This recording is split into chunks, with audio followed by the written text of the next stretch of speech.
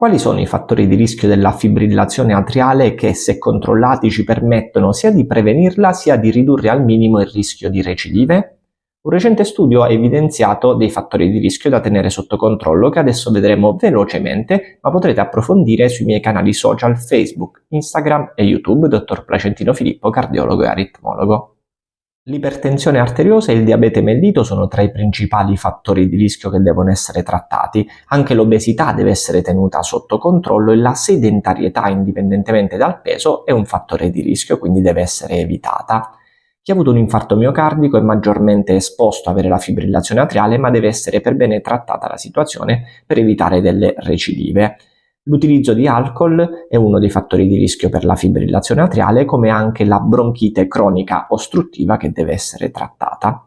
Seguitemi per altri approfondimenti.